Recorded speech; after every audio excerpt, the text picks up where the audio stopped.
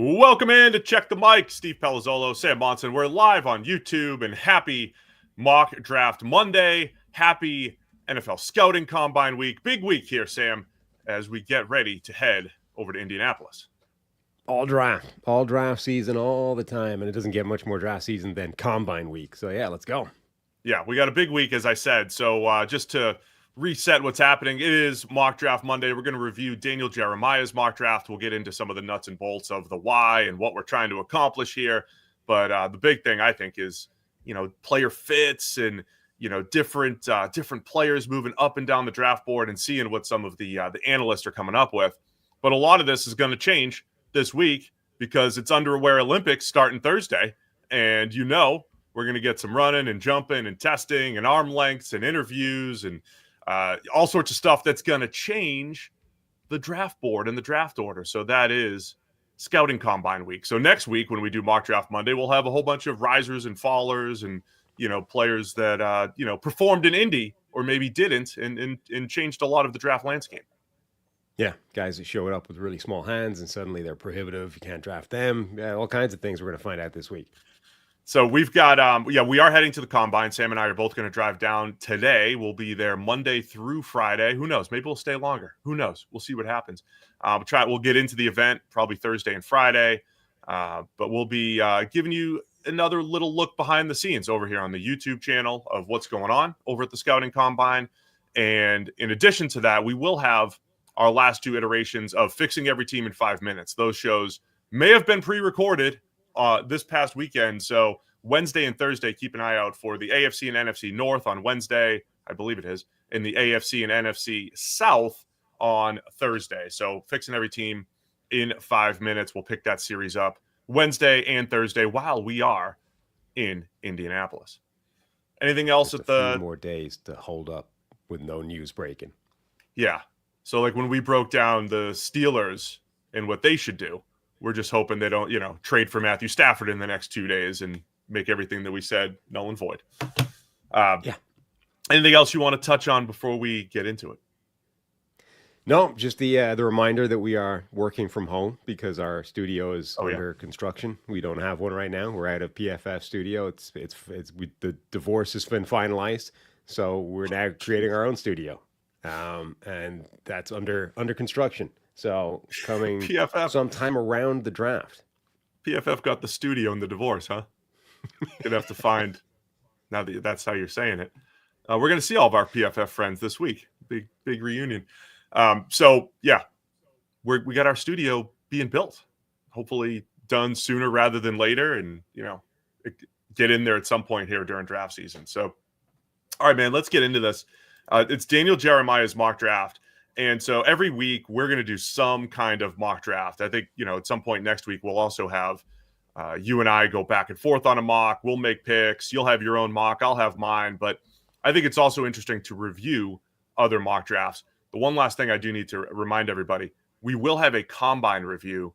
The plan there is to go live Sunday at some point. So again, make sure you're subscribed and have your notifications on. Hit the bell over here on the YouTube channel. We'll go live sometime Sunday recapping all of the 4 days of the combine workouts.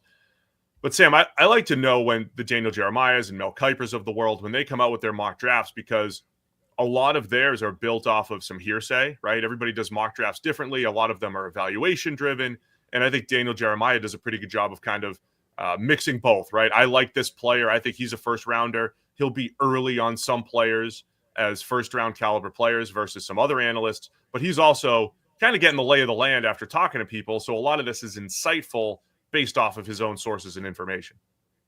Yeah, it's a solid mix of both for him. Like I like DJ does a good job. Have we ever had him on the show? I know he's been on. He was on other PFF shows when we were at PFF. Have we ever had him on?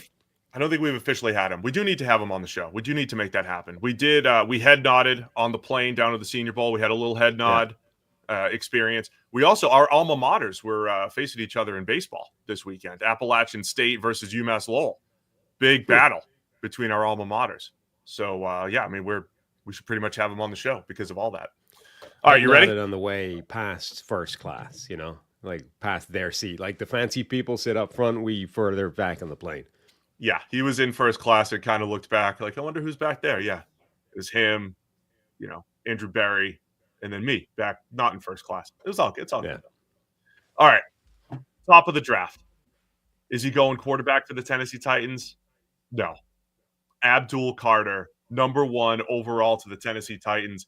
We'll get into these other picks as well. Cam Ward going to the Browns and Travis Hunter going to the New York Giants. But Abdul Carter going to the Titans. We've seen a lot of Travis Hunter up there. I'll tell you what we're not seeing right now, Sam. We're not seeing quarterbacks being picked by the Titans. It's another draft analyst not going quarterback for the Titans. This is becoming more and more like it might be a reality come night 1 of the draft. Well, I mean, it's certainly what is currently being thought.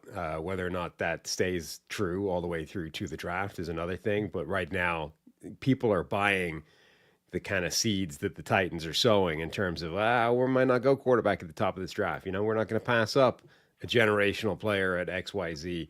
I think people are believing that at the moment, at least. And the last one we were talking about, it was Travis Hunter at the top of this draft. This one, I think, was go back a few weeks. This would have been more of an obvious, like Abdul Carter was the guy being talked about as a number 1 pick in a draft where you're not taking quarterbacks. And it's usually like, this is where the default typically is, right? You're either going offensive tackle and there's nobody in this draft that people love at the top of the board, or you're going edge rusher. And Abdul Carter is that guy.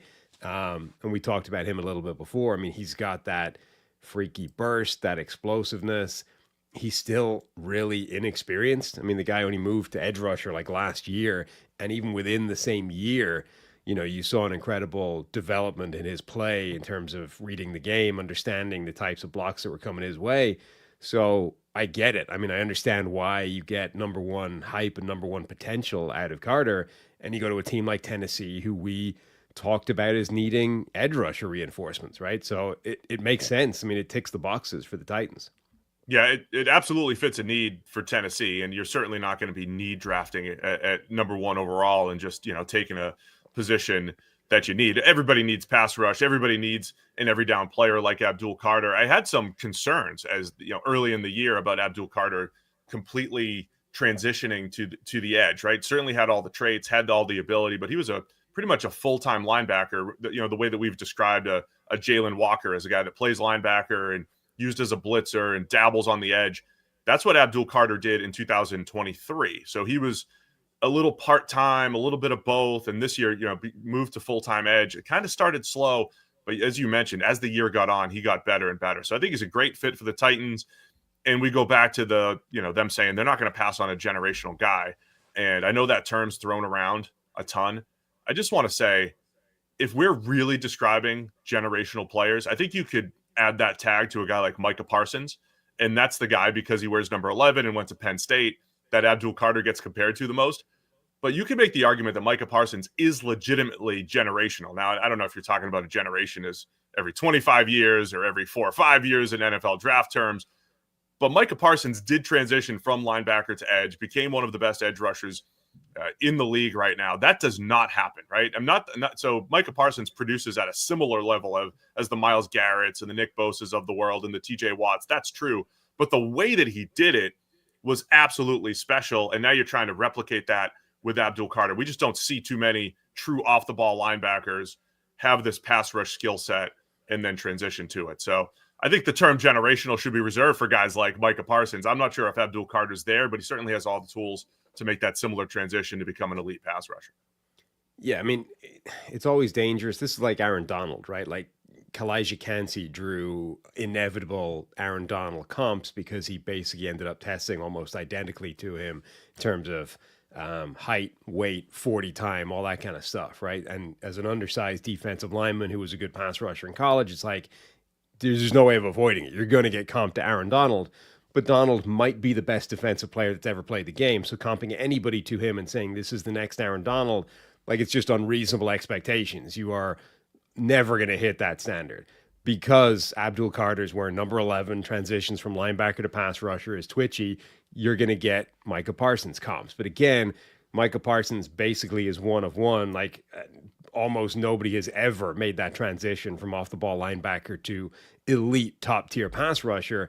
So applying that to anybody and expecting them to come up to that standard is harsh and unfair. So, comping Abdul Carter to Micah Parsons, I think, is unreasonable. Throwing around terms like generational is unfair as well. I think what you've got to do is just look at what he's done on 1 year's worth of sample size and say, all right, if we project this forward with more development and growth, is this worth number one overall in a draft where we don't love the quarterbacks? Is this at that kind of standard? Forget Micah Parsons comps, forget generational, comparing him to the last 10 drafts. Like, is this a number one overall caliber type of player? And I think you can definitely make the argument it is. I mean, his first step is crazy explosive. He's strong. Like, that guy's got some power and can run a tight arc, even with offensive linemen leaning on him. There's a lot of traits there that would correspond to all those traits you're looking for those top tier elite pass rushers. I don't think he's there yet, but he's only just started playing the position. So that's a little bit, tricky. That's a little bit of an unknown, a gamble, but I think you can definitely justify taking him here.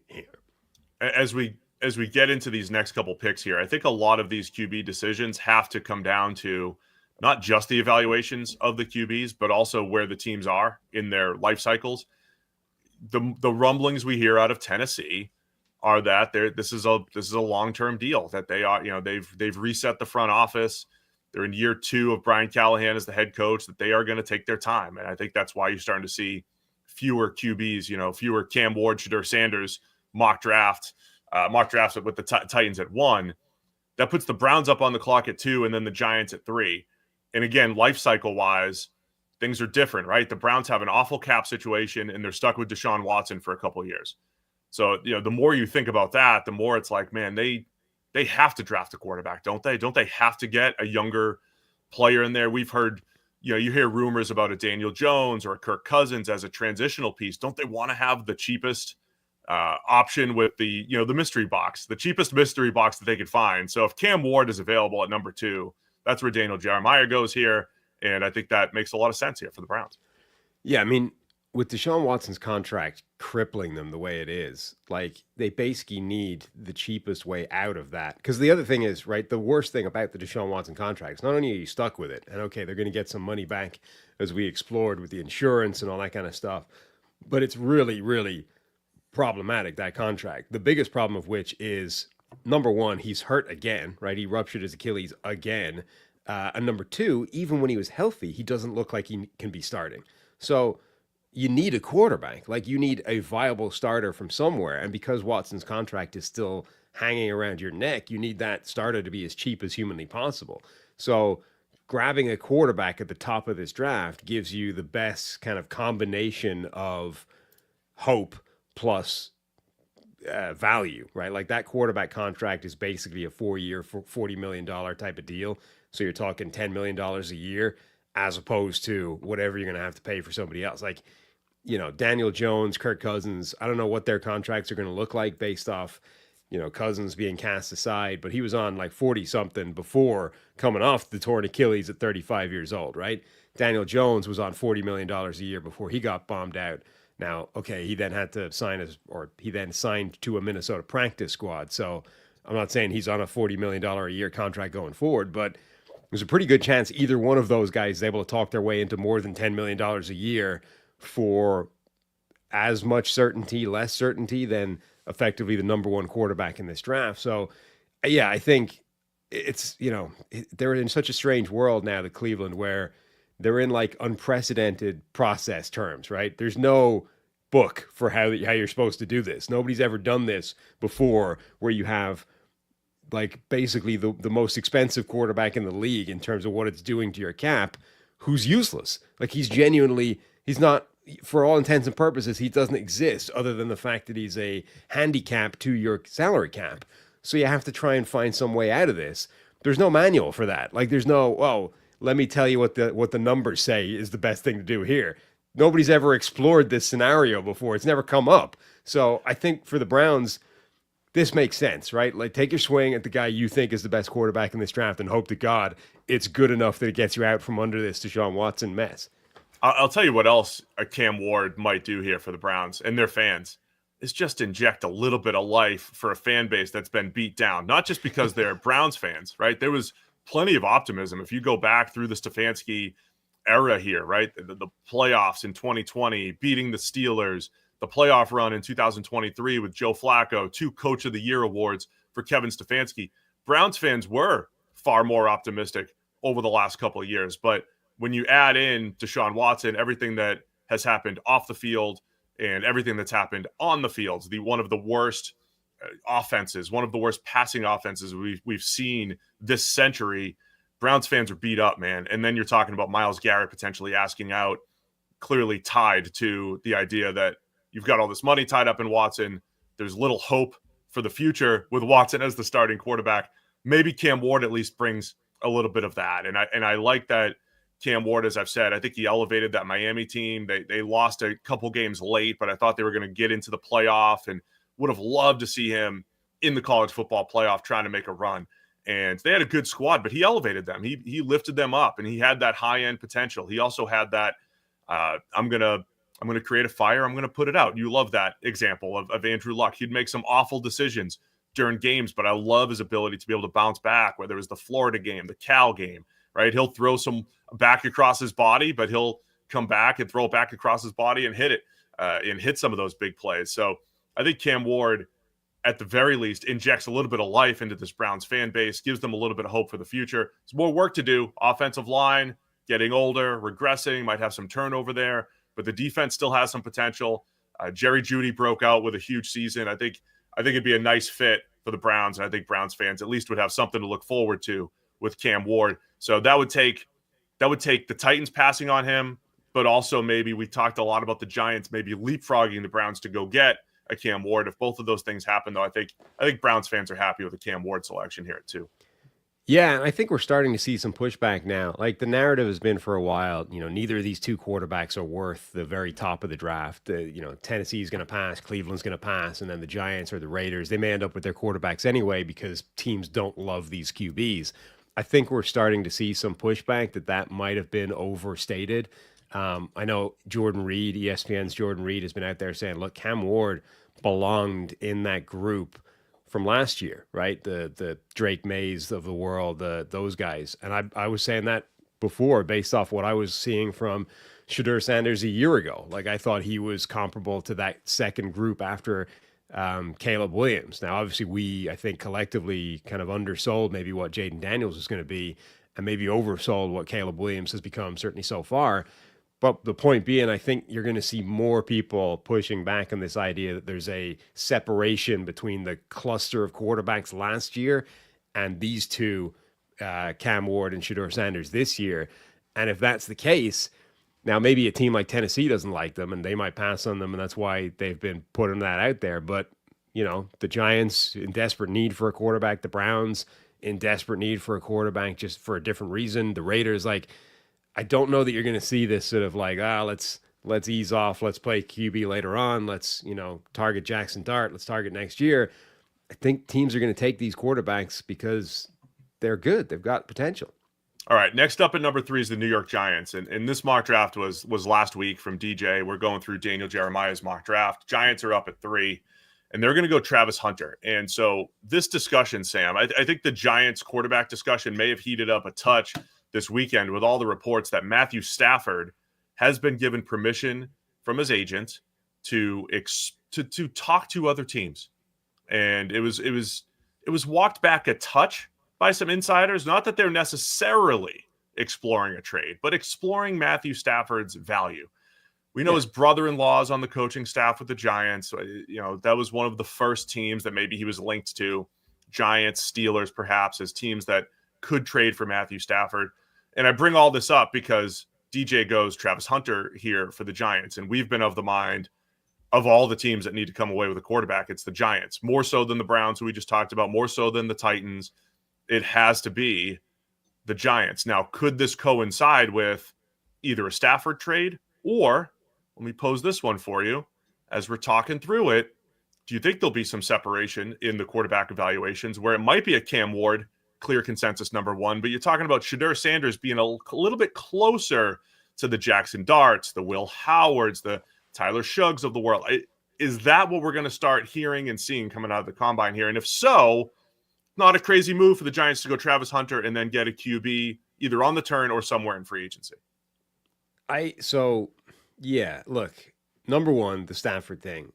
We talked about that, and I still think, admittedly, this is a move that's moved against my initial reaction, but I still just don't believe that it happens. It doesn't make sense to me for the Rams to voluntarily opt into the world where you don't have a quarterback and don't have a chance of winning a Super Bowl just months after you were the closest team to beating Philadelphia in the entire postseason run, right? This team could have beaten Philadelphia, the Super Bowl champions, and potentially won a ring themselves just with Stafford at quarterback, right? Even if you know you only have one more year of Stafford at quarterback, that is one more year where you could win a ring versus however many more years where you can't win a ring until you find a quarterback. So it doesn't make any sense to me. I get, like, if he's unhappy, he's looking for his future, the contract's coming due, like he wants the next deal, that all makes sense.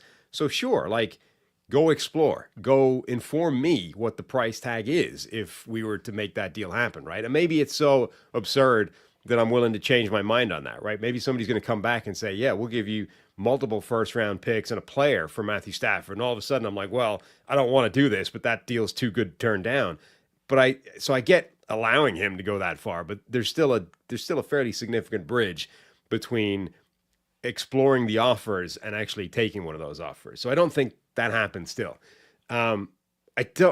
Absent the Giants getting a quarterback like Stafford or, a real answer somewhere else, I don't think they can come out of this draft without taking one with either the third pick of the draft or having traded up to secure the guy they like with the first or second pick, right? I just don't think that this... I'm kind of surprised that this regime survived last season, which, I mean, maybe I'm projecting here, but that says to me that they are on paper thin ice. You can't, like, pass up a quarterback. You don't have that kind of, room. You don't have that kind of faith with the organization that they go, yeah, well, we'll let them endlessly string this thing out and go for the future. Like, the future is now. You need to find your quarterback right now, to the point where I don't even think you can avoid passing one and coming back and targeting a Jackson Dart or somebody else later on, because that signals to me that you don't have, like, a true target, a true guy that you think can be the quarterback. You just need to pick one of these guys, whichever one you think actually has the best shot of working out, and just get him. I just think there might be a world, and you're not wrong. Yeah, they need somebody, but there might be a world where they can get Travis Hunter and one of three quarterbacks that they might have graded similarly, right? If there are similar grades between Shedeur and Jackson Dart, say, I'm just making stuff up, right? And it's like, if Cam Ward's on the board, I would take him, but I don't know if I would take Shedeur. I don't know if I would take him here, but on the turn in the second round, we think these guys will be available, and I'm happy to take Will Howard or whoever it is. I mean, they could play that game too and get the, quote, generational Travis Hunter or whatever you want to call him. You could get both. And so this, I wonder how much we start to hear more about this is where the Giants are going, where we've had them as the most desperate team. They have to make a move, go trade for Cam Ward, do something, and at the very least draft a guy at 3. Can you get the QB later and still be okay for this year? But look at, so the Falcons last year would be an interesting example, right? They loved Mykel Penix Jr. The consensus had Mykel Penix Jr. as a fringe first round, early second round kind of guy. So you would have heard a lot of the same arguments that you're making a year ago. Like, if you don't think that any of these top guys is your QB and you love Mykel Penix Jr., well, draft your edge rusher, come back at the top of the second round, grab Mykel Penix, and all is good. And they had to draft that guy at number 8 overall, passing up an edge rusher to make it happen because, number one, they loved him that much and they wouldn't risk that. Number two, it sounds like the actual league consensus was higher on Mykel Penix than the outside of the league consensus. My point being, you're already seeing mock drafts where Jackson Dart is going in the 20s, right, to a team that desperately needs a quarterback. So if that's if your approach is, I don't think Shedeur Sanders is that much better than Jackson Dart. We like Jackson Dart. We're going to go get this guy later on. We're going to take Travis Hunter with number 3 and come back for Jackson Dart, like how high would you need to trade back into the first round to be confident that you're going to get a guy like Dart? I'm not sure Penix is the best proxy because the Falcons loved him, yes, but I think they believed there was zero chance they were going to get him in the second round. They Right. knew there were QB needy teams behind them that were going to take somebody. Now, I guess you're right. Like, you don't know if it is Jackson Dart, if it's Will Howard. You don't know if the Jets at 7. You don't know for sure if one of those teams is going to take him. The Raiders, the Jets, or someone later, the Steelers later in the first round. You don't know 100% for sure. So yeah, it is a little bit of risky business. All I'm saying is the rumblings, Sam. It's rumbling season. If the rumblings are trending toward Shedeur is closer to the next tier of quarterbacks than he is to Cam Ward, then maybe you're lumping 3 or 4 guys with similar grades rather than lumping Shedeur and Cam. And I think not that this was the reason for DJ doing it in this mock draft, but I think we might see more of this where it's not Shedeur going in the top 5. It's him going later and some other quarterbacks being in play for these QB needy teams at the top. I will say, so I like Daniel Jeremiah. I like his mock drafts as well. One criticism I would have for DJ's mock drafts is he can be a little bit light on explanation context, in the blurb. It's like, here's just a line. For some of these guys in particular, I need a little more information before I'm willing to, like, Travis Hunter. Sam. It should be a rule now for every mock draft where the team that drafts Travis Hunter, I need what he's going to be, right? Are you drafting him as a wide receiver? Are you drafting him as a cornerback? Are you drafting him as this two-way player who's going to play every down in both directions? Are you settling on a package of one? Like, I need some info before I'm willing to, like, otherwise I don't know what this is, right? And similarly, like, if you're with these teams that are taking or not taking a quarterback at the top of the draft, I need some explanation as to what's happened at quarterback if you're passing up on the QB. That part's fair. So, yes, what are they going to do at quarterback if you're passing up? But I'm just going to tell you really quick.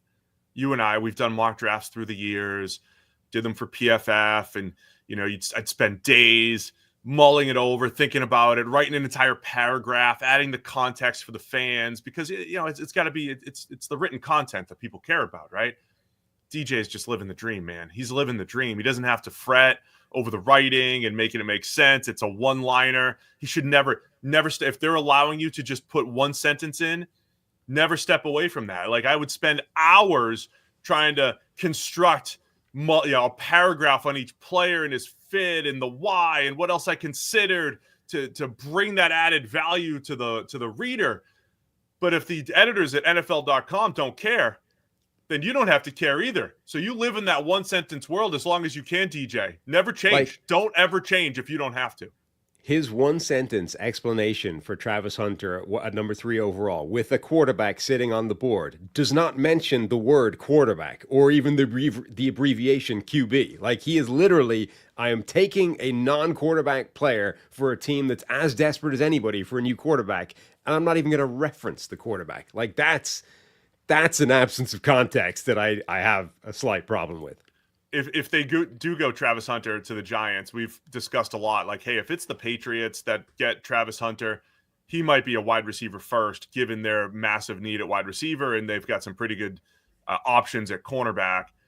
The Tennessee Titans, they actually have some pretty good options at corner, but yeah, receiver might be the place for Travis Hunter to spend more time as a complement to Calvin Ridley. What about the Giants? If they do have Travis Hunter on their team, does he become wide receiver 2 next to Malik Neighbors, or they do have a starting cornerback spot, that where he could fit? What would be the fit for Hunter with the Giants versus, say, the Titans or the Patriots or some other teams at the top? The Giants might be the most plausible team in the NFL to use Travis Hunter as a two-way player. I mean, he could be the best cornerback on that team, and he could be wide receiver 2 for them. That is the perfect situation in terms of, like, full-time on the defensive side, and we can get you enough snaps on the offensive side that you're like a useful contributing player for this team. Remember, like, generally speaking, wide receivers play less snaps than the defensive side anyway. So, like, if you're trying to figure out where to ease a workload anyway, it's that side is the easier way of making it happen. So, I mean, I think you could plausibly construct a case that Hunter is a cornerback first, but he's going to play 400-500 snaps on offense and be wide receiver 2 for this team behind Malik Neighbors. Now I'm rooting for that. Now I'm rooting for Hunter to the Giants. They'll figure out quarterback. How about Stafford and Hunter? Just get Stafford and Hunter this offseason. You got this. I do like the fit, though. You're right, as far as being able to play both ways. There's a cornerback need. There's a wide receiver 2 need. I think Hunter would be an outstanding fit for the Giants. But, yeah, they got to sort quarterback out. Let's take a look at the rest of this top 5 here. New England Patriots at 4. They're going Will Campbell. I mean, for about 365 days, I've predicted the Will Campbell to the Patriots pick is going to be the most common one. I know that there's maybe more of a pushback on Campbell as an elite tackle prospect versus some others. And I think that's probably fair criticism. I don't think he's as good as, say, Joe Alt, who was the top tackle off the board last year. And then Mason Graham going number 5 to the Jags. I think both of those picks are pretty common at this point. When we went through our fixing every team in 5 minutes, though, I think for New England in particular, I might be more of the minds to go Mason Graham. I think he's a better prospect. I think you want to take the guy that's probably closer to a blue chip prospect. I've come around to that. I would rather Mason Graham at 4 if you're New England, and then maybe try to grab a tackle later. I think this would be a massive home run for the Jags here at 5 if they come away with Mason Graham. Yeah, I mean, it's becoming a pretty popular, mock draft matchup to get Mason Graham going to the Jags. I think it makes a ton of sense for them. I mean, he's one of those players. Everyone's talking about Abdul Carter, Travis Hunter at the top couple of picks. I mean, Mason Graham belongs in that conversation as well, based off how good he is. It's just at a position that doesn't tend to get that conversation about them. I think him to the Jags would be a slam dunk. Will Campbell to the Patriots is an interesting one because it really does test your drafting best player available versus we have a need that really does acutely need to be filled. And even DJ's one-line blurb is like, there are higher players on his board, but that need is too acute, too severe to pass up. And maybe a guy like Travis Hunter would talk you out of that because you can make a case he's wide receiver 1 as well. But absent Hunter being on the board, I think you kind of have to go with the guy you have as the best offensive lineman in this draft. And it doesn't matter that Mason Graham is ranked higher. This is why we talk about filling your needs in free agency as much as possible. And I think when we laid out a blueprint for New England, of course, we mentioned some of the top free agents at left tackle, the Ronnie Stanleys and Cam Robinsons of the world. I do think that's why the next couple of weeks are crucial for the Patriots. If you have Mason Graham that much higher than Will Campbell, you don't want to just force a need pick certainly not at 4. When every draft has a handful of blue chip prospects. Remember, I think it was 2021, the Micah Parsons draft. There was like 8 or 9 of those blue chips. Other draft, there's only 3 or 4. This draft does feel like it's closer to 3 with Abdul Carter, Travis Hunter, and Mason Graham. Talking about non-QBs right now. And to grab one of those guys rather than just fill the need, I think if New England can get a tackle that they feel good about to play left tackle in free agency first, and then they can go grab the best player here. That's why free agency is crucial. Not saying you got to spend all your money, but New England has plenty of money to spend. If they could fill a bunch of those starting spots, I think that opens up the ability to maybe flip this. And like I said earlier, with Jacksonville getting Mason Graham, I just think he's such a disruptor. We'll see what his arm length is this week. I don't think that's going to change much, though. But Mason Graham, an absolute disruptor that would fit for what Jacksonville needs up front, which is an interior disruptor to go with some solid edge rushers, right? With Josh Hines-Allen and TreVeyon Walker. Yeah, I mean, he would be a massive compliment. I think he would help those guys a huge amount as well. Again, that idea of finding an interior presence, a guy that can collapse the pocket from the inside to go with a pair of edge rushers or an edge rusher I think that combination of potent interior rusher plus potent edge rusher is more powerful than bookend pass rushers, right? So like Houston, if they can find one of those guys as well, I think massively moves the needle relative to just having those 2 edge rushers that are already extremely destructive. Yeah, the Jags, Eric Armstead's still there. I mean, I think when you add that all up, they've got a pretty good defensive line potential there. By the way, this weekend, we'll talk about it when we fix the Jags in 5 minutes. James Gladstone was hired as the general manager of the Jacksonville Jaguars, just 34 years old, but comes over from the Rams.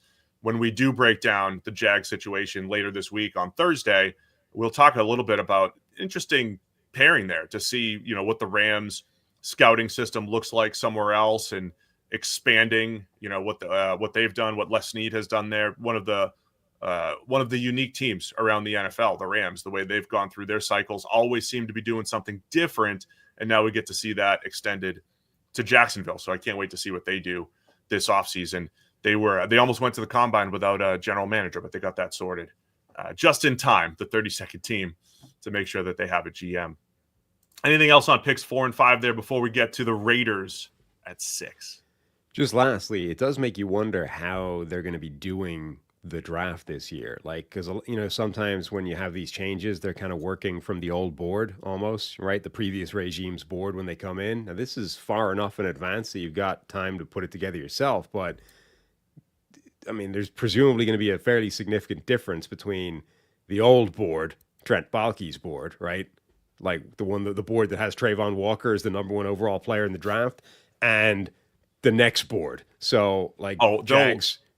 Yeah, they'll be changing this. I believe scrambling right now to put together like a new look board. It is one of the things I'm interested in because Gladstone with the Jags. Remember, he's interviewing with guys like Ian Cunningham and others.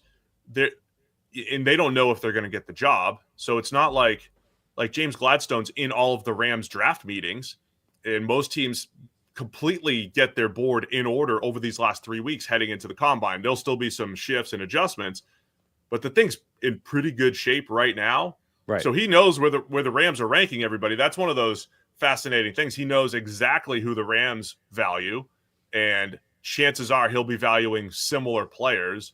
And so it's just an interesting dynamic once you get to draft night. I don't know if there's any situations where they're drafting within a couple picks of each other or whatever it might be, but he has an idea of who Les Snead and the Rams might want to take and vice versa. So it just adds more intrigue, especially this late in the process. Yeah. But he's walking into a building that was constructing a completely different draft board based off previous, coveted traits and the way they want to do things, which is going to look, I imagine, very different.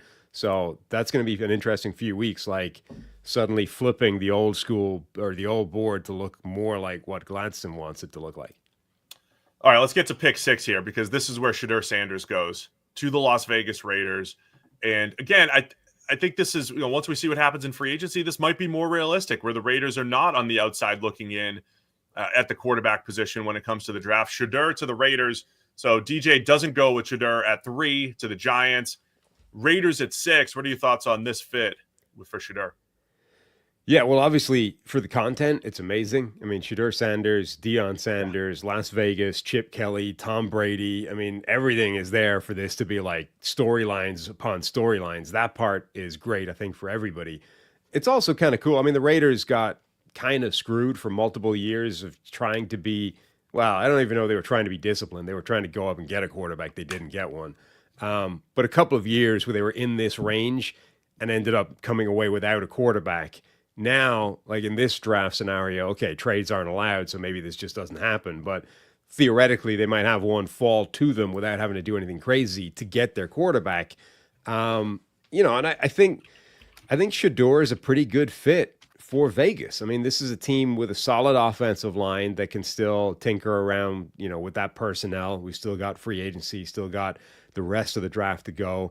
There's definitely areas of that offensive line you could upgrade, but it's a pretty solid starting point. The receiving core is still a work in progress, but Jakobi Meyers is a solid 2. Brock Bowers is a superstar at tight end. You can definitely stand to add more wide receiver talent. And I don't know if you can find a true number 1 anywhere, but the rest of the draft, again, like if you can come out of this draft with another receiver, a couple of offensive line depth pieces, and then basically the whole defense needs to be overhauled. But like that's a problem for another day, effectively. Like, will this team win a ton of games with Shedeur Sanders, the offense that he's able to create, and no defense? No, probably not. But will you feel a lot better about it if Shedeur looks good, the offense looks good, and now we have an offseason to work on a defense next year? Yeah, absolutely. Yeah, I mean, you're not drafting him for 1 year. This is the long-term play. I might be the one analyst that focuses on this more than anyone else, but is this a better fit just because it's a dome as well? The couple teams that we're talking about, the Browns, the Titans are fine, but the Browns and the Giants at 2 and 3, the questions about Shedeur's arm strength, I don't think it's a bad arm, so to speak, but I see the chat calling him Teddy Bridgewater 2.0. I don't think that's are there concerns enough about his arm that, look, Cleveland in New York are different. Swirling wind in New Jersey, Cleveland, you've got the lake effect stuff. That does matter. It does matter with arm strength stuff. Everybody's better, throws the ball better in a dome, but for Shedeur, does it matter a little bit more being indoors versus some of those rough outdoor climates? I don't think his arm is a factor. Now, it's a world where, as you said, being in a dome is better than not being in a dome, right? So from that point of view, it's better for him to be playing in Vegas than it is in Cleveland, where there were multiple games a year where you're like, throw it out. This is ridiculous, right? Baker Mayfield has a strong arm. Baker Mayfield is on, the high end of the scale in terms of NFL arm strength. And there were multiple games in Baker Mayfield's seasons in Cleveland where you're like, this is a meaningless football game. You can't tell anything because of the weather, right? So from that perspective, yeah, his game would be impacted by playing in Cleveland. But like, to me, his arm is in the category of Joe Burrow's arm, where there was talk when Joe Burrow was coming out, like guaranteed cast iron, #1 overall draft pick. But you got to find something to bitch about because it's draft season, right? So there were people that were like, I don't know, Burrow's arm's kind of a noodle. It's not a good arm. I think there's a problem. Like, there were people bitching about Joe Burrow's arm strength as the #1 overall pick, right? Has anybody ever criticized that in the NFL, right? Burrow's look fantastic. His arm looks good. Yes. No problem. Some bad football analysts still bring up his arm. Right. My point is, the Shedeur arm conversation, such as it is in that category, which is, it's effectively irrelevant. He has a perfectly functional NFL caliber arm. It's not Josh Allen. It's not Justin Herbert. It's not even Baker Mayfield, but it is in the Joe Burrow category of like perfectly serviceable and not relevant to any football game he ever plays in. I will say, like, I don't think Daniel Jones has a great arm, and I'm not saying he was a great quarterback either, but like his arm, there wasn't necessarily issues with him with the Giants. I think Eli had a pretty good arm, worked well there. It's just, it helps, right? It certainly helps with Josh Allen in Buffalo, and we've seen some games where other quarterbacks can't throw, and having the extra velocity does help. Right, but that's the counter like that's why having a special arm is still intriguing, right? It's not why having an average arm is a problem. Like, most quarterbacks have some form of average arm, and those guys are all going to have games in Cleveland or Buffalo where this is not going to work. Right, I literally watched from the stands Tom Brady play in a game in Buffalo where he couldn't complete a pass 10 yards in front of him to Randy Moss, right, to the greatest receiver that had played in his generation. Like, sometimes you're going to get games where the weather is just not going to play ball. Now, Josh Allen might have been able to fire the ball through that like hurricane and actually complete passes. Most quarterbacks can't, and Shedeur will be in the category of the most quarterbacks that can't, but in a random normal game in September or December or November in Cleveland, I don't think it's an issue. The Burrow arm thing is obnoxious because it does show up sometimes in QB rankings that I don't necessarily care about when people are ranking NFL quarterbacks. And it's like, oh, Herbert's better than Burrow because he's got more zip. And it's like, what are we doing here? 5 years into their career, why do we care about velocity? Like, I see Joe Burrow throwing 25-yard handoffs helmet high on his receiver. It doesn't matter the RPMs. Once the RPMs do matter, it'll matter, right? Right now, it doesn't, at least not for Burrow. Brock Purdy's another interesting one. I don't think he's got a good arm, certainly below, I think, the velocity average of the NFL, right. But he's accurate, right? And he gets it done. However, there are, games in Cleveland, and, there are certain games where it might show up a little bit. So just something those games, like the thing is, those games also affect the quarterbacks with good arms as well. Most of them, right? Right. The same game where Brock Purdy, or one of the games where Brock Purdy had trouble with the weather, Jordan Love also had trouble with the weather, and Jordan Love has a howitzer, right? It's a very, very unusual quarterback, is the point I'm making, that has an arm and a grip and all those things that are so freaky that the bad weather games don't affect them, whereas they do affect the average armed and average tooled quarterback. So to me, yeah, Shedeur is not Josh Allen, right? He doesn't go in that category, but he is, Brock Purdy, Joe Burrow, in terms of arm strength, grip strength, all those things, the things that are going to be affected by the inclement weather affects most quarterbacks in the league. spending too much time in this. How much do you care that Shedeur's not throwing this week at the combine? Put a percentage on it. What's your care level? I mean, 0 point something. Like, it's not like he's the first quarterback that's not throwing the combine. Is it annoying? Sure. Does it change anything? Not really. Yeah, it's more fun to see the guys throw. I don't generally care. I think I came around to, like, if you're bad throwing at the combine, like I think Luke Falk, remember a few years ago from Washington State, was visibly bad, like not reaching guys on deep outs. And look, I know you don't know the depth and receivers and everything's whatever. If you're visibly bad at the combine, it kind of stands out. Joe Milton had the kind of like, I'm going to drop it in a bucket 60 yards down the field and kind of taunt and walk off. Like if you do something special on the other end, it might matter. I'm starting to believe that the Joe Milton walk-off deal where he's just like, boom, I'm awesome. I might buy into that a little bit. So if you're on like the extremes, I might care a little bit. But if you don't throw, I don't care that much. No, I don't think it makes a difference. You think I'm a sucker? No, I'm with you. I like the fit for Shedeur Sanders here. So it's a little bit of a curveball compared to some previous drafts, and I think a good outcome for the Raiders to be able to get a future quarterback. And like you said, got to spend the next year building that defense, get probably one more weapon in there to complement Brock Bowers, Jacoby Myers, and they're in good shape.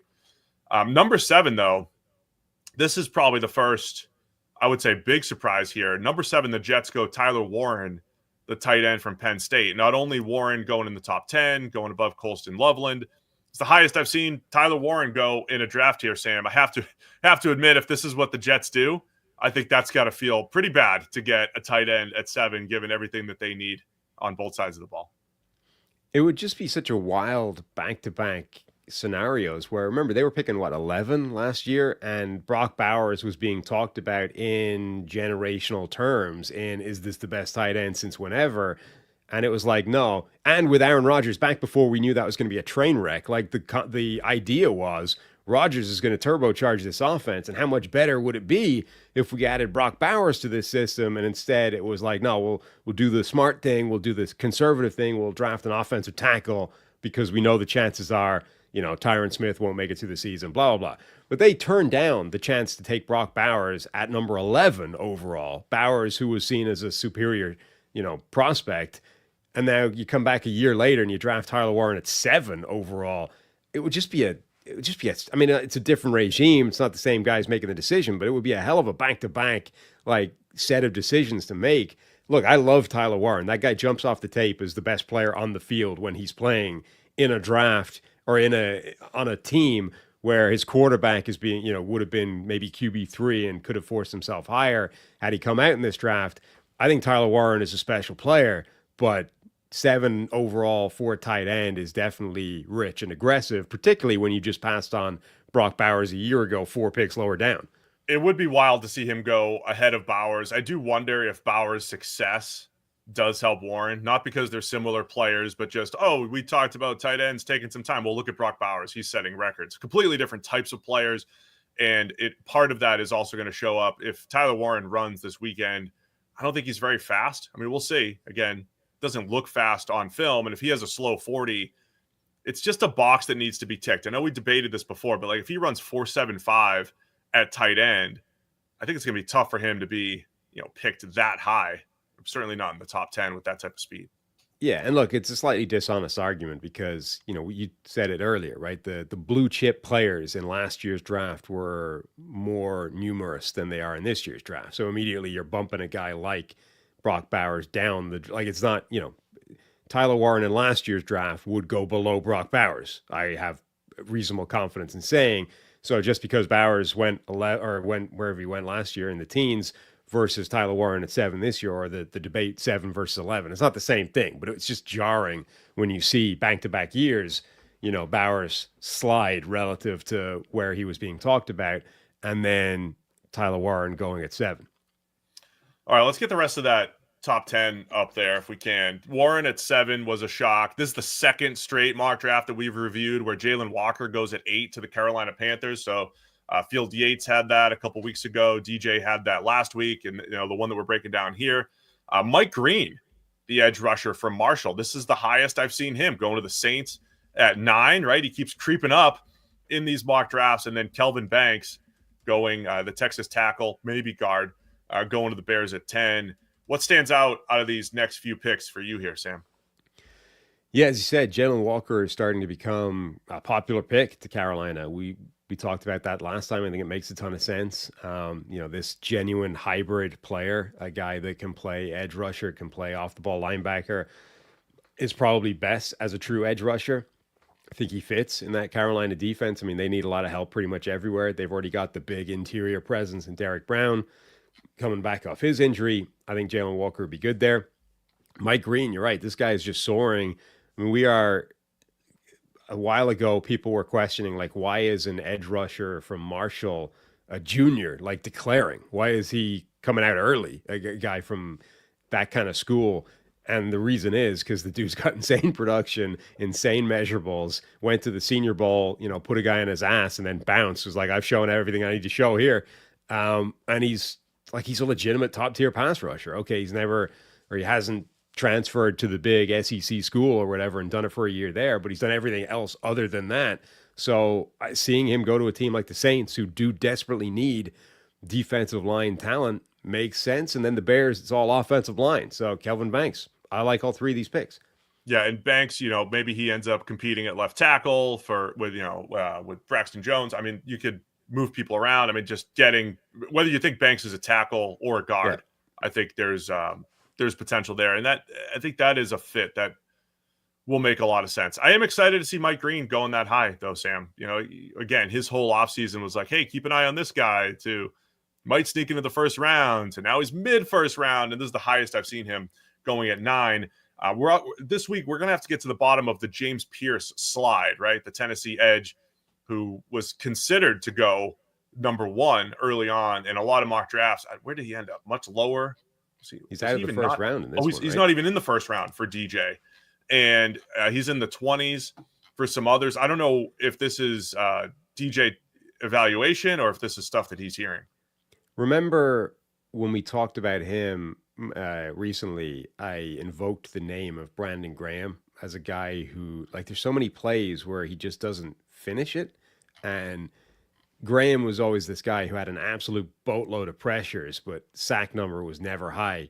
And that cost you multiple lunches betting that he would eventually get the 10-sack season. Because generally speaking, those things are hand in hand, right? A guy that gets a ton of pressure. Like, this was this old adage that PFF kind of discovered years ago, that pressure totals in a given season are a better predictor of future sacks than the current level of sacks, right? You're better off using the higher sample size of plays to project forward. So logically, a guy like Brandon Graham, who always got a ton of pressures, sooner or later was due a bunch of sacks. But there are guys that, for whatever reason, do not finish at the same level, the same rate as other edge rushers, and they will always get more pressure relative to the number of sacks that they get, as just some inherent flaw in their game, weakness. Doesn't mean there's not still very good players, but it does mean there's something missing to stop them being like a true, Reggie White, right? So I invoked Brandon Graham because James Pearce, for as twitchy and freaky as he is as an athlete, there's so many plays where it's like, dude, why is this guy not on the ground from the point you were at this play? And I watched a little video from our friend Connor Rogers, who literally documented the same thing. Didn't call out Brandon Graham for it, like no drive-by on Brandon for Connor Rogers. But he did point out, like, for this crazy athlete, there's so many plays where he does not finish. And he sort of as well was describing, like, there's a little bit of, I don't think he gets all the way around the corner a lot of the time as well. So I do wonder if that is showing up in people's evaluations now, that they're saying, okay, crazy twitchy athlete, fast, straight line speed is nuts. Strength is probably better than people are giving it credit for. But I actually don't think he's this amazing speed rusher that he looks like he should be, or that people initially thought he was. And I wonder if that's what's hitting him now. If I could just add to that a little bit, I think when we were doing PFF grading, and a lot of the PFF grading probably underrates finishing relative to others, right? Because most people think, well, 10 sacks, you must be great, everything's good. PFF cares about winning more often. I think the way the league's going, and I agree with that, by the way. But as I've said many times, I think the way the league's going, I think either finishing's more important, and keep it contained, keeping your balance. being able to peel off your rush, and ones that maybe aren't wins, so to speak, become valuable because you have quarterbacks moving more often than not, right? So the plays where a player theoretically loses the rush, but still keeps good pad level, keeps good depth, and is able to thwart a scrambling quarterback, like Jalon Walker does a great job of this. James Pearce he's just not great at that either, right? So plays where he doesn't necessarily lose, keep and contain, keeping the quarterback in the pocket. Coaches have cared about this since the 1920s. I get it, but I think they probably overrated it, and now it's finally caught up to there's so much quarterback movement out of the pocket. They have to be better at that. So anyway, I think that's probably gonna, that's a part of Pierce's game. I think that is a bit of a concern. What's difficult about it, I think, is that I think it's a trait that you can only really identify in macro terms, or over multiple, over a number of snaps that involves 4 digits, right? And so there's a play on tape where Justin Fields makes Myles Garrett look like an idiot, right? Garrett whoops the left tackle. Justin Fields just goes, nope, don't care, invalidates it, runs around Myles Garrett, turns it into a first down. You're like, now, Myles Garrett is actually a good finisher overall. He's not a guy that struggles in that Brandon Graham world of, why don't you get the sacks relative to your pressure total? Myles Garrett is a good end of the spectrum finisher from an edge rusher position, but you can find a play where he gets made to look like Brandon Graham, like one of those guys that can't maintain the edge because Justin Fields is that good. And you can find it for a lot of players if you go looking for it. So it's one of those things where if you decide it's a problem, you can go through the tape and you're like, here's a play, here's a play, here's a play. It's only the kind of thing where you go, okay, this feels like an issue, but now let's go look at the numbers and figure out if it's actually the kind of problem I think it is. And this is where you start to swing back in the direction of James Pearce, where actually his rate isn't bad. It's not a thing. Now, it can it become a problem relative to college versus the NFL? Sure. But my point being, I think this is a difficult thing. It's a difficult area to wade into, right? Because I think it only becomes really decisive when you start looking at multiple season sample sizes of thousands of snaps, and you can say, all right, this is a trend here, this is a trend in the other direction. Most of the time when you're talking about college players, you're not even dealing with that size of sample to begin with. You're certainly not dealing with it when it comes to required level of competition, right? Nobody has played, most players have not played thousands of snaps against an NFL level of competition that you can judge these things. And even if they have, there's other plays in there against terrible players where it gets skewed in their direction anyway. So it's a really difficult area to wade into. I'm just saying multiple people now have started to identify this as a potential problem in James Pearce's game. And I wonder if that's why it seems like he's sliding now. Yeah, something to keep an eye on with Pearce. Let's get to the next chunk of picks here. Pick 11, Will Johnson, the cornerback from Michigan, going to the San Francisco 49ers. Walter Nolen, the defensive tackle out of Mississippi, going to the Cowboys at 12. Dolphins are going Alabama guard Tyler Booker. The Indianapolis Colts, Armand Membo, the tackle / guard from Missouri. Some people like him in both spots. I think he would, as DJ says, probably step in and play right guard, immediate need for the Colts in this scenario. And then the Falcons going edge, Mykel Williams for the 12th straight year, minus Michael Penix. Falcons are going to be mocked with an edge. They're going to be mocked with an edge every year. They were all last year. So we know that's going to happen with the Falcons and Mykel Williams there at 15. What stands out for you in this group here, Sam? All the teams taking linemen there. I think it makes sense. I love Will Johnson to the 49ers. This is somebody that Bruce Feldman's freak list has identified as someone that's got freaky movement skills, measurables. Always Michigan players, by the way, on the freaks list. A lot of Michigan players all the time. Well, they have a renowned strength and conditioning program, right? It's a program that focuses on that kind of thing. But this is someone that has an elite tape and elite traits and movement skills at a position where that does matter. We just highlighted, Reek Woolen and Zion McCollum. There you go. Zion McCollum as two. We will highlight them on we just highlighted Thursday. them in a few days' time. Two players with insane movement skills, insane measurables who have actually, ended up becoming good at high-level NFL players when they weren't particularly good college players. So having that kind of ability tool set as a corner, I think, is important. Yeah, the one that stood out to me, I think the most, is Walter Nolen going at 12 to the Dallas Cowboys. I mean, he's got one of those ascents too, where I think a lot of the early mocks had him in the late first, and I remember just watching him as a former 5-star who looks the part and has been productive. Not one of those underachieving 5-stars. He's been good across 2 different teams. Very disruptive in the run game. Excellent pass rusher. He just seemed like the type that would go higher. And, he's bigger than a guy like Calijah Kancey, but I remember the first time watching Calijah Kancey thinking, like, he plays like a first rounder. My question's just going to be size.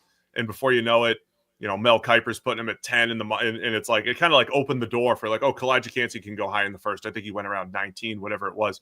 So Walter Nolen going at 12 here for the Cowboys. I think we'll start seeing more, depending on testing here, more of him closer to the top 10. Yeah, because Mason Graham, if you're going to call him the clear, number 1 defensive tackle, I think you could have Nolen as the 2, and certainly the number 2 pass rusher behind Graham, as far as, disruption goes. The Cowboys losing, or at least they have a free agent in Osa Odigizua on the interior. They could use a run stopper and a pass rusher when it comes to defensive tackle. So I like this fit as far as Nolen to the Cowboys at 12 overall. And is Mykel Williams to you the answer to Atlanta's pass rushing woes that they've had for so many years? Like, is he the guy that's going to fix that? I think he certainly has the potential. He's very long, wins. He's a length winner, as I always say. It was interesting because he's shown. I see a lot of people talk about his burst and explosiveness off the edge. You didn't see that a ton this year. He's playing through an ankle injury, so you got to go back to 2023. He had fewer snaps, but he has some of that athleticism. I think he's got the potential. I think a big chunk of these edge rushers, Mykel Williams, Shamar Stewart, you could throw Jalon Walker in there. It's more potential than production for a lot of these guys. But it's, again, not at like the extreme end, like, hey, you should never touch them, but it is more potential than production. And they all have various tools to work with. So I'm not going to say definitively yes or no, but I think the value matches at 15 for the Falcons to get Mykel Williams. That's one reason I think where a guy like Mike Green might be sort of rising relative to some of these other guys. There's so much projection involved. I think it's sound projection, like Abdul Carter. We've got 1 season of him as an edge rusher. Now, the season was really good, and it showed progression throughout it, so it makes sense to project it forward. But it's still a gamble. I mean, we know too much about the importance of sample sizes and, how much 1 season can belie the actual baseline of a player to be like, oh, well, we've seen it, so it's good. Same thing with guys like Jalon Walker. Like there is a lot of projection with this group that somebody like Mike Green, even though it's at a lower level of competition, might just have, like, he might be getting some benefit because he's at least got a greater sample size.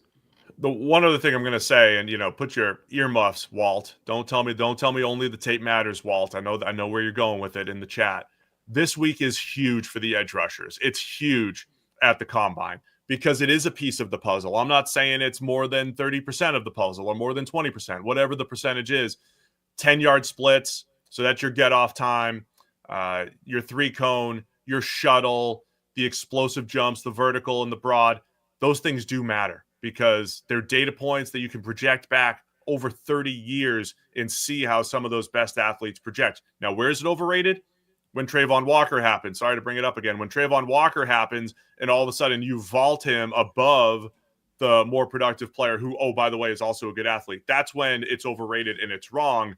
But as a piece of this entire puzzle, to separate Jalon Walker and Mykel Williams, a couple of Georgia teammates, to see if Mike Green is worth a top 10 pick, this week will determine that. Because if Mike Green, runs 4.8 and has, bad get off, bad 10-yard time, bad cone, he's not going in the top 10. But if he ticks all those boxes, then you'll see him higher. So this is a huge week for all of these pass rushers in particular.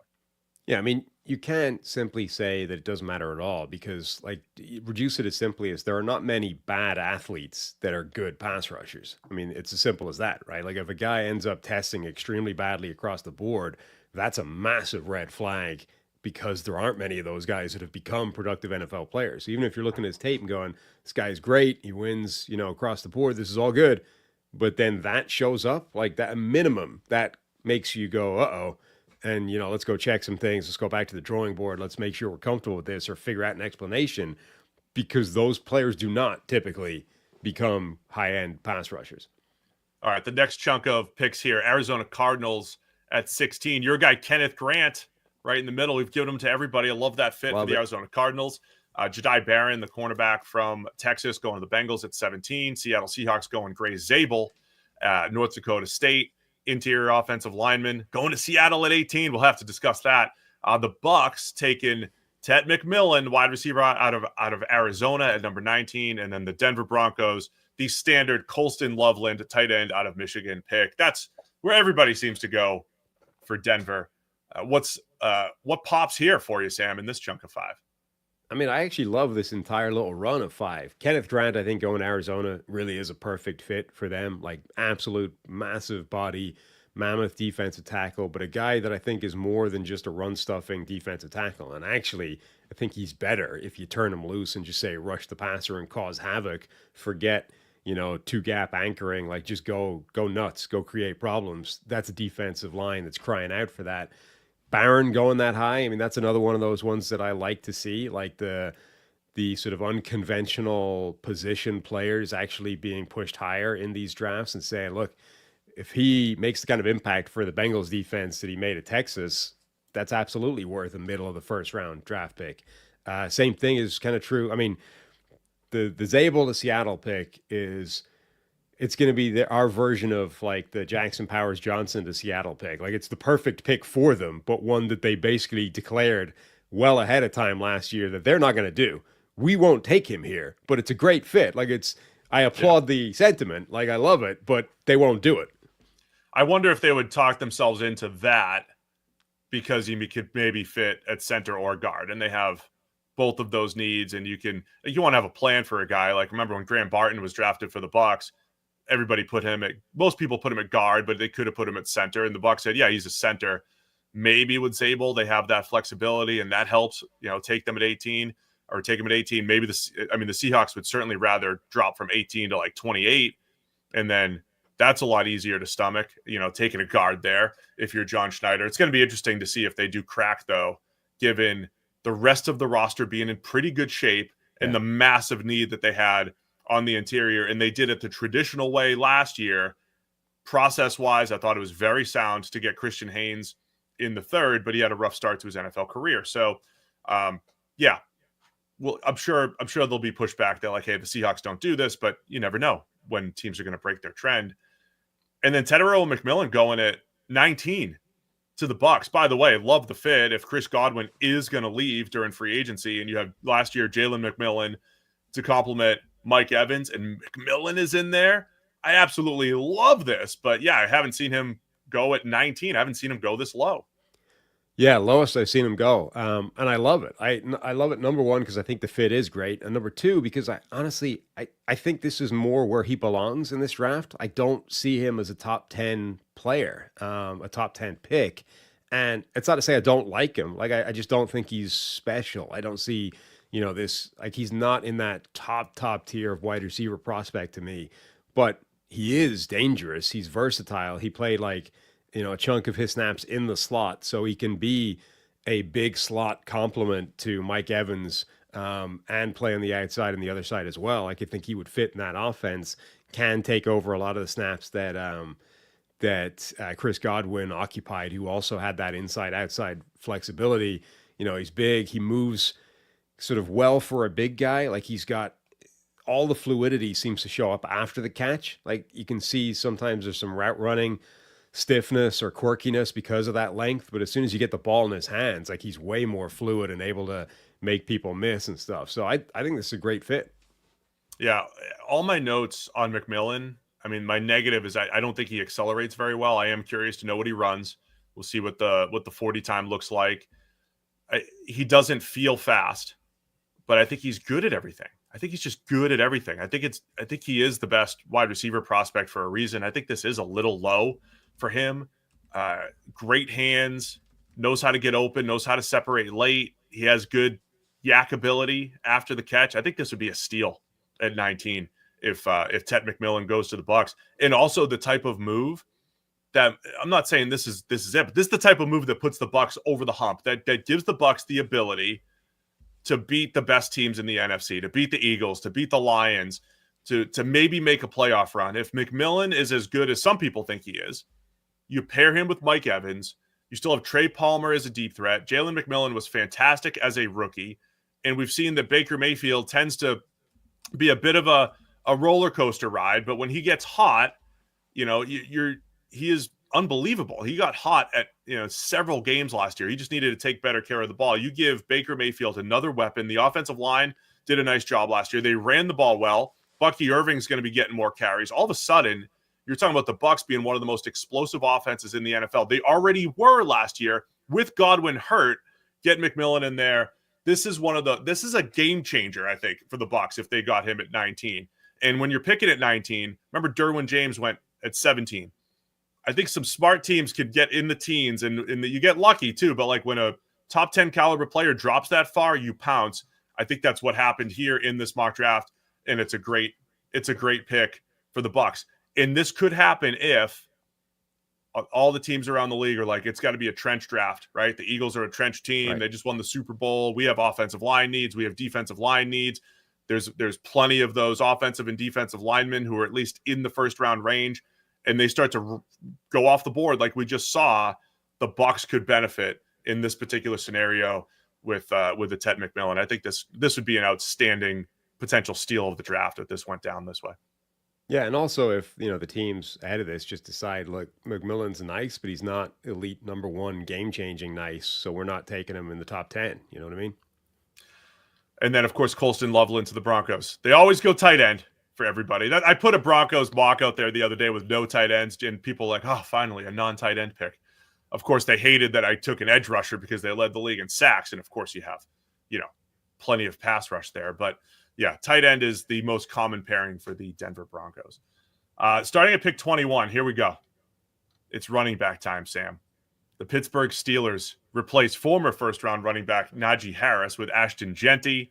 And then the Chargers also go running back with Omarion Hampton. Packers go Ohio State tackle Josh Simmons at 23. Minnesota Vikings go running back TreVeyon Henderson out of Ohio State. And then the Houston Texans go Ohio State wide receiver Emeka Egbuka. So 3 straight Ohio State national champions going off the board 23 through 25 here for DJ. 3 running backs between 21 and 25, not just Jeanty. So DJ's throwing a few extra running backs in the first round here in his latest mock. Yeah, 3 running backs in the first round is kind of wild given recent trends and generally, but then to be almost back to back is pretty crazy. The Jeanty thing, so we have the same conversation that we had with Denver, right? Which is, okay, and to be all of them, but Jeanty first and foremost. Jeanty, I think, is a genuinely incredible talent. I mean, I do think that Travis Hunter was a justifiable and the correct Heisman Trophy winner, but Jeanty had the best running back season since that crazy Barry Sanders year back in the 80s. I mean, this is, genuinely one of the best seasons that's ever been had by any college football player. So he ticks that box of like potential generational talent, but I don't think that invalidates the rules of running backs, right? Which is, if you're talking about drafting a running back in the first round, can you already tell me that your running game is perfectly functional and ready to go? And now when you put a special talent in there, it's going to turbocharge everything the way Saquon Barkley did for the Philadelphia Eagles, right? I don't know that you can say that for Pittsburgh. I don't know that you could say it for Denver either. So those 2 spots that I've seen him taken, 20 and 21, I don't know that he's having that impact. Like it's not as bad as it was when they drafted Najee Harris because he's a better prospect than Najee Harris, and I think they are in a better spot there in the run game than they were when they drafted Najee Harris. But it's the same idea, which is Jeanty on his own is probably not fixing that run game, which ranked, in the low 20s in terms of yards before contact on average, right? This is not a team that is paving the way for a running back who's just not able to maximize it. This is a team that's still trying to find out how to establish a good run game. However, my counterpoint to that with the Steelers, not saying they should definitely do this, but Fautanu, last year's first rounder, is going to be back. More year 2 of Mason McCormick, year 2 of Zach Frazier. I think they improve up front. They're young and they do have the makings of a good run blocking offensive line. I'm not saying this is the play. I think more realistically, though, Jeanty's not going this low. I think he's going to go higher. I think he's going much higher. The only thing that puts Jeanty this low, I think, is the depth of the running back class, is the fact that teams could easily convince themselves the second and third wave of running backs is good enough that I'm not going to take a guy high. Remember, we saw Bijan go at 8 and Jahmyr Gibbs go at 12. They were the clear top running backs, I think, as far as prospects go in that draft. But with the trend in the league and, man, I don't know, the way Saquon and Henry and all that, I think it's going to influence. I think that the impact of the running back in 2024 will impact the draft at least a little bit. And I don't think Jeanty gets out of the top 10 to 15. I think he'll go much higher in this draft. Now, what I am surprised about is Omarion Hampton, TreVeyon Henderson being mocked in the first round here, because I think teams will say, okay, we'll grab them in the second. I think the run on running backs goes second round. Picks 35 through 60. We see several running backs come off the board. That'd be my prediction. It's more palatable, right, to take the running back in round 2 than round 1. But Omarion Hampton's getting a lot of hype. I know Todd McShay was talking him up quite a bit. We see him going in the first round to the Chargers. I got to rewatch him because I was left wanting a little bit from a vision perspective, especially on gap schemes, which the Chargers run. I don't know if I love the fit for the Chargers. I think he's a good zone runner, but the contact balance for Hampton and the explosiveness, I think, does warrant him, a high pick, but I'm not sure about in the first round here. Yeah, I think in isolation, the Chargers do need somebody for the backfield. I don't know that I would want to spend a first-round draft pick on it.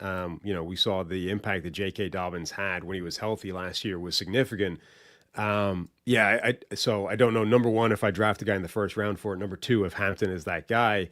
There were definitely some issues with his tape. On the other hand, a lot of people, the buzz on him is pretty strong right now. So definitely someone I think both of us need to take a second look at. The more interesting one to me, I think, is TreVeyon Henderson, though. Like, this is someone who right now on the consensus board is at number 49, and that's as high as he's ever been. So by this, you're drafting him 20, 25 spots higher than his consensus spot and taking a first-round running back to come in and do, make a difference to your team. And to a team who we talked about, what's one of their biggest offseason needs? Interior offensive line. Like, this is not a team that's ready to just like plug and play, running back comes in equals awesome run game. Like, the interior of this line is a mess, albeit one that's been okay run blocking recently. I don't know that I love that for the Vikings. Kwesi loses the analytics GM title if this is the way he goes. With just 4 draft picks. With a handful of picks, and he goes first round running back. I really like TreVeyon Henderson. So when I watch running backs, I kind of go like vibes first, like a quick vibes check on the running back stylistically, and then go back and watch more. Early vibes on Hampton weren't strong because of the vision aspect, again, especially on gap schemes. But I kind of get it. Like, there's some special in there as well. TreVeyon, I was surprised at just how efficient he was.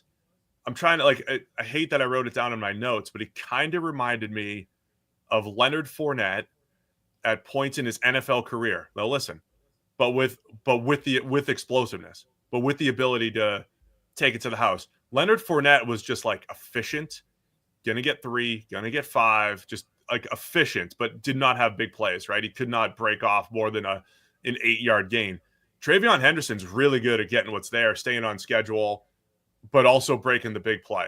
So there's got to be a better comp than that, but because remember, we talk about Saquon, right? He has a lot of 0s and 1s and 2s in his runs, and then he's got a 60. So it's not that, but it's a guy that's efficient. And oh, by the way, you give me a crease and I'm going to turn it into, 50. TreVeyon is different than I had expected. And I could see him going in the second round, probably not here at 24 to the Vikings, certainly not to Kwesi, but yeah, I could see Henderson, the NFL maybe liking him even more than the consensus board at this point. I mean, he has that skill set, that explosiveness. Like, that's huge. The ability to turn, a gap into a big play in a heartbeat. I don't know that he has. So it feels a little bit more like Travis Etienne for Jacksonville to me. Like, he's got the speed, he's got the explosiveness, he's got the ability to turn these plays into much bigger ones, but I don't know that he has the kind of the wiggle that a guy like Saquon does to create his own crease.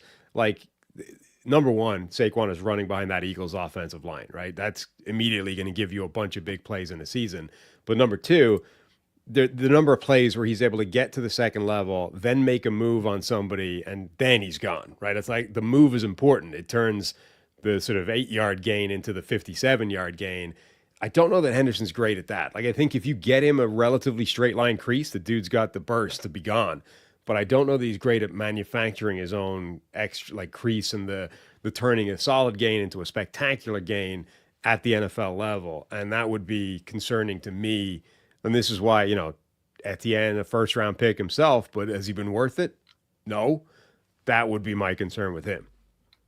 All right, let's go through this next group of players here, because another first-timer that I've seen in a first-round mock draft, it's Darius Alexander out of Toledo, the defensive tackle. And I love it, man. This dude can play, had an awesome pick 6 in the bowl game, had a really nice Senior Bowl. Darius Alexander going to the Rams at 26. Shamar Stewart, the Texas A&M edge rusher, going to the Ravens at 27. Lions go Ohio State guard Donovan Jackson at 28. Commanders, Jihaad Campbell, the linebacker out of Alabama. And then the Bills take wide receiver Matthew Golden at number 30. Good to see Darius Alexander going this high. I don't know if he'll end up going in the first, but I think at least by the second round. And Shamar Stewart, kind of different, doesn't have the production, but certainly has the traits. And I'll be curious to see how he tests and if his testing does vault him into the top 15 this week at the Combine. Yeah, a lot of pairing needs with players there. I don't know that the one where that isn't the case, though, was the Rams taking a defensive tackle and Darius Alexander having just drafted, Braden Fisk, who they loved, having got Kobe Turner already. I mean, that's already a loaded young defensive line to grab another defensive tackle. Yeah, sorry, really quick. I mean, he could play like a power end, but I mean, it'd be like an old school 3-4 defensive line with Verse and Byron Young off the edge. Like, they'll do that a little bit. I mean, I guess that's probably some of the thinking there. Yeah, and you can I mean, I'm not saying it's a bad pick. You can always, have the rotation that involves more of those players than the starting 4. So it makes sense from that point of view. But it's the one area in that little row where it's not like this guy's immediately, a massive contributor at that specific spot, like a day one starter effectively that fills a need. The rest of them, I think, the Ravens are always loading up with defensive linemen and staying as deep as they can there. The Lions do have that hole on the offensive line, that guard spot to fill. Washington's linebacker core has been in transition for years now. They've got Bobby Wagner leaving, so they need that replacement, that heir apparent there. Buffalo, the ex-receiver has been a problem for them since they traded away Diggs. So yeah, like, there's a lot of need fits there for guys that do make some sense. It's going to be an interesting week. I mentioned Shamar Stewart, and DJ's note, Stewart just feels like a Raven to me. Big, explosive, disruptive. The production will come. The production part is going to be the concern, obviously, with Shamar Stewart always. But yeah, he's huge and moves really well and just looks like a top 5 pick on several plays. That's a little a bigger version of Kayvon Chason for me as far as what the flashes look like. They're unbelievable. But yeah, the consistency does matter. Jihaad Campbell is the other one. I mentioned way back at the beginning of the show, the idea of linebackers moving to the edge and how, because that's so rare, Micah Parsons is, quote, generational for me. But you have Abdul Carter already in that process with Penn State. Jihaad Campbell's testing is going to be under the microscope this week, because if he has elite testing as expected, teams love him potentially as a pass rusher. And so Dante Hightower is the type of guy that did that back in the day for Alabama, a true linebacker that stepped out onto the edge. It just doesn't happen, Sam, right? Remember, 3-4 outside linebackers, they're only a linebacker in name. It's not the same skill set as an off-ball linebacker. It's really only happened 3, 4, 5 times in the last 20 years where a player is an off-ball linebacker, steps onto the edge, and then rushes the passer 20 or 30 times and has success. But there are teams that think Jihaad Campbell can do that, and so he'll just be a fascinating prospect this week. And most of the times it's happened, it's been a true transition. What I'm wondering now is in 2025's NFL, if we're going to see more of an approach of a genuine hybrid player, like a guy that can actually play 2 separate roles within the defense, depending on what they need him to do. You've been seeing that for years when it comes to cornerback, safety, like defensive back hybrids, or even linebacker, linebacker safety hybrids, like coverage type of hybrids. What you haven't really seen is that front seven hybrid player, like a guy that can genuinely move, not just in sub package, we're going to move around, but like in a different, depending on the defense we're calling, you might be a linebacker or you might be a part of the defensive line, and you're going to go back and forth throughout the game. That has not been a particularly prevalent thing at the NFL level. Certainly some of these players you're seeing, this is what they were doing in college. Like Jalon Walker was doing that for Georgia. Like he was off the ball linebacker or he was defensive line, depending on the package that was called, would motion from one to the other pre-snap, and it wasn't just, third and long, you're down as a pass rusher. He was a hybrid, and I wonder if you're going to see more of those guys now at the NFL level. Yeah, I mean, I love that as a skill set. I think it's outstanding, and if you are a great, I highlight this every couple of years just to remind people there's a difference between pass rushing and blitzing, right? A blitzer, it's a whole different skill set. Pass rushing is like, for the most part, one-on-one, you're going up against a tackle or you're on a stunt against a guard, but you're going up against a tackle and you have to beat them 20 to 25 times, mostly one-on-ones, which is completely different from blitzing, timing that up, having a free rush sometimes, or taking on backers, right? They're completely different skill sets. Though if you're a good pass rusher, you're probably a good blitzer. If you're a good blitzer, it doesn't mean you're a good pass rusher, right? So it's one of those, squares and rectangles type of deal. So it's just something to keep an eye on with Campbell as you hear him talked about as an edge rusher. Just because Micah Parsons made the move is my ultimate point. It's not a common move. It is, so he's probably more linebacker than pass rusher. The other name too, DJ is the earliest I've seen on Matthew Golden, right? We talked about this a couple shows ago, but he tweeted out a few weeks ago, hey, this looks like a wide receiver 1 to me. Looking at Matthew Golden, I think he was at the time probably in the 70s on the consensus board. I don't know where he is. I haven't checked where he is now, but I know he's higher. And 28. More people he's at 28. I mean, DJ's moving his stock. I'm not feeling it yet with Matthew Golden. I'm curious to know what he runs. I don't think he feels special or dynamic out there. It feels like a Romeo Doubs type of prospect, which is good, right? A good at everything type of player, good route runner, but not outstanding at anything in particular. Like when we're talking first round receivers, you either have a guy that's incredible ball skills, stretch the field speed, or great after the catch. I don't know if any of the Golden has any of those particular traits. So interested to see if the rest of the league is as high on Matthew Golden as DJ is. Yeah, but I will say, so the Bills, it makes this interesting, right? Because Luther Burden is still on the board at this point. He slides out of this first round, I think, in DJ's mock. And Burden is like most people's wide receiver 2, depending on what you're calling Travis Hunter. That changes the number for everybody. But if it's like Tet McMillan 1, Burden is a lot of people's 2. But Burden is seen, I think, primarily as this, slot, like a non-X receiver type of player, right? A guy that's going to move around, that's going to do a lot of damage from the slot, that can play all over the formation. Obviously, the Bills have a million of those guys, right? Like that was their problem last year is they didn't have the X guy. They had all the other parts.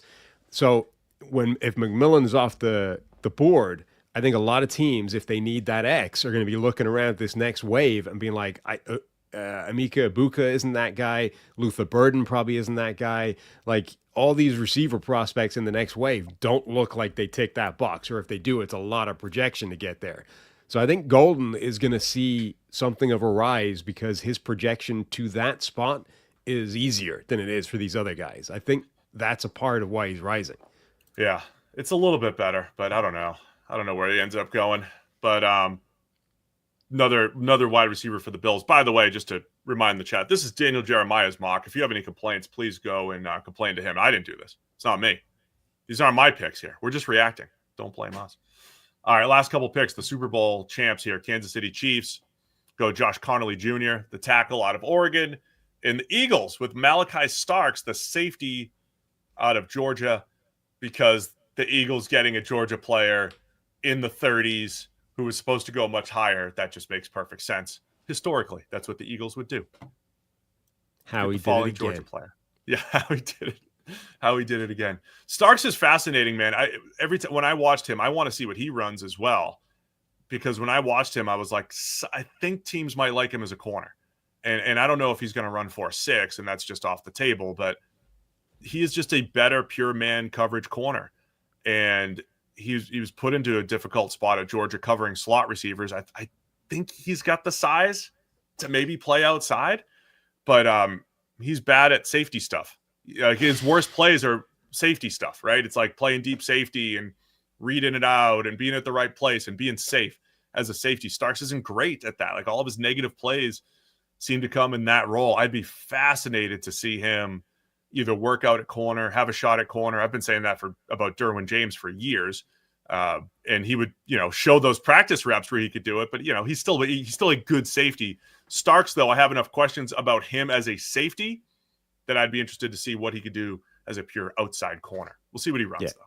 Every time training camp rolls around, you see reps of Derwin James locking up wide receivers. It's like, dude, just let him play corner. Give him a chance. Give him one game where he just gets to play. Like, can we have enough of an injury crisis at corner where Derwin just has to play corner for a game just to see what it looks like?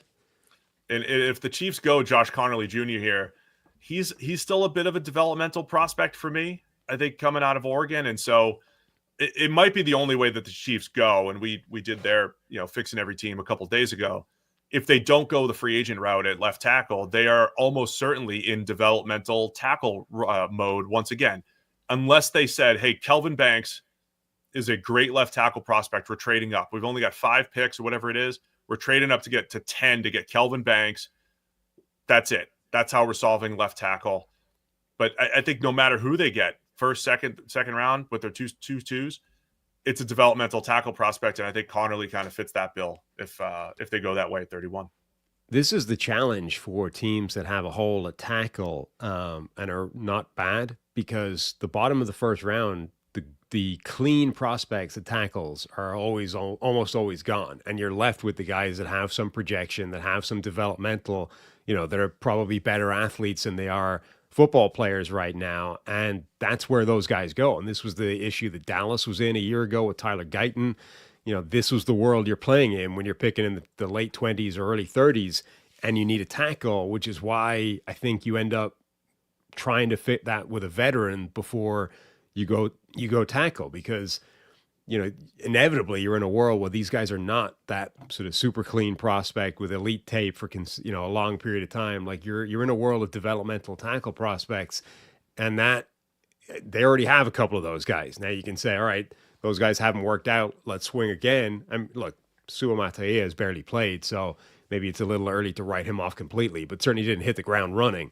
But does adding 3 of those guys to the roster fix the problem for Kansas City? Or do you need to just say, look, we can draft Conerly, but he can't be the day one starter. Like, he has to be penciled in as a developmental 6th offensive lineman / primary backup at either spot. We actually need a starting left tackle from somewhere. Yeah, it's a difficult spot for the Chiefs. I mean, you're always picking in the 30s. It's their own fault for winning so much. But when you have those high value positions that need to be solved, like tackle, it's difficult. It's a difficult spot to do that. One more thing on Starks, by the way, the guy that's supposed to break the combine this week, Nick Emenwari from South Carolina. I think he's the second safety prospect on the consensus board at the moment behind Starks, but he's rising, and that's going to go even higher. If he does have the freak workout this week, Emenwari, then there'll be way more talk about him going in the first round. And Starks falling is not uncommon right now. Him, going later in the first or whatever it might be, or into the second, not uncommon because of uneven production after just an outstanding start to his career as a true freshman. So just something to keep an eye on here. Yeah, it's Starks. Currently, Starks is 14 on the consensus board. Emenwari's 32. Could see Emenwari going up much higher. He's one of the highest. I think he's number 1 on Bruce Feldman's freaks list. Feldman kind of resorted the freaks list just for combine participants this week over the Athletics. So go check that out. Can't wait to run into Bruce. I usually see him over at our hotel on the elevator. We'll see Bruce, run into him at some point this week, but keep an eye on Emenwari from South Carolina, who's not in the first round mock here for DJ. Any other big picture takeaways from this mock with the first round all there? I think so the running backs certainly going in the third round, the 3 running backs going high. And I think part of that is, I don't know if how much of that's insight as much as it's like, hey, I'm trying to match some needs here, and I don't love, where some of these players fit. And then the receiver thing that you brought up, I think, not having true X's, not having true distinct blue chip wide receiver prospects makes that position go all over the place. And we said that last year after the top 3, right? And you say, hey, Brian Thomas Jr. is the consensus 4. That's how it all played out. But remember, after 4, receivers 5 through 12, we said, good luck sorting it out, both for your own evaluations and predicting the NFL. And that was true. Like when the Chiefs traded up for Xavier Worthy, it's not like everybody was like, oh, they traded up, we know who it is, it's definitely going to be Worthy. Worthy was like 9 on the consensus board or whatever he was at the time for receivers. It was a surprise. We didn't know that it was going to be Worthy. We didn't know when Ladd McConkey or Jalen Polk were going to come off the board. It was everybody's own flavor of receiver. And Matthew Golden going here at number 30 to the Bills, I think it's going to be something similar where that second tier of receiver could go any which way depending on what teams need and want. I mean, last year felt to me like 5 through 15 were basically interchangeable depending on what you wanted in that receiver rankings. I think you're seeing a vaguely similar thing this year, except the top isn't quite like the top isn't as strong. You don't have this like 1, 2, 3 that would be the top in any. And to be clear, the top 1, 2, 3 last year all would be the top wide receiver in this draft class, right? And obviously, based off what we know about Brian Thomas Jr., he would be as well. Though at the time we were a lot lower on him. But you've got, to me, this year, it's like Travis Hunter is wide receiver 1 if he plays wide receiver. Then I think it's McMillan, and I don't love McMillan as a prospect. I think he's lower than that group last year significantly. But then after that, you get this sort of, then the chaos starts, right? Luther Burden, special talent, quirky offense, quirky deployment, not a clean projection to what he's going to have to do at the next level. Emeka Egbuka from Ohio State, like big slot, talented, but flawed. Golden, who you don't love as much, Trey Harris. There's so many of these guys now that you're in the chaos. You're in the world you were in last year once you got outside of that top group. So I think you're starting to see like, this is kind of what receiver would look like a year ago if you took away the top 3 prospects and just said, all right, this is the class. Where are you taking these guys? It's like, I don't know. Yeah. And I think the late first and into the second might be where a lot of them land just because of all the defensive line talent here. And teams are going to say, got to get the defensive line talent. We have to shore up the front. Some of the names that didn't go, we mentioned James Pearce earlier. Starks going pretty late there. Benjamin Morrison from Notre Dame, not only not going in the first round for DJ here, but falling to 34 on the consensus board. I still think he's an excellent player coming off injury. I paired him with a million teams when we did our fixing every team stuff. So I think Morrison's a guy to keep an eye on. Derek Harmon, the interior defensive lineman from Oregon. If Pearce, though, is on the board and falling and the Eagles are sitting there at 32, that would be another how he does it again play, wouldn't it? But that just shows sometimes letting the draft come to you and not necessarily going with the consensus or the wisdom of the crowds, but just saying, look, just take the best football players. And over time, good things are going to happen. The Pearce thing is fascinating to me because I do kind of understand. Like as I said, there's some Brandon Graham things where it's like, dude, why are you not finishing this play? I get being a little bit concerned by Pearce or maybe a little bit lower on him than you thought you were going to be going into his tape or that you were on the first couple of plays, where you see the explosiveness. Like that stuff jumps off the tape. And then the more you watch, the more you're like, wow, there's some negative plays here that I don't love. But there's so much potential to him, like that in this draft of potential, where Abdul Carter may go number 1 because of potential, where Jalon Walker goes top 10 because of potential, like all this stuff, right? All these pass rushers that haven't necessarily done much, but are going to go high because of potential. It would be madness to me to let that guy, even if you think that's a relatively significant flaw, slide out of the first round completely because of that. Like, again, Brandon Graham is now like the poster child for this. Like, this is this was the weakness of his game. It still didn't stop him being like a consistent Pro Bowl player for 10 years. Like, Brandon Graham was absolutely worth a decent first-round draft pick because of the stuff that he did well, even though he had this one flaw that prevented him being one of the best pass rushers of his generation, right? It stopped him being Von Miller or Khalil Mack or whoever else you wanted to put in there. If you think Pearce is that kind of guy, he'll be really productive and you'll be kind of frustrated by some plays. That's still worth a first-round draft pick easily.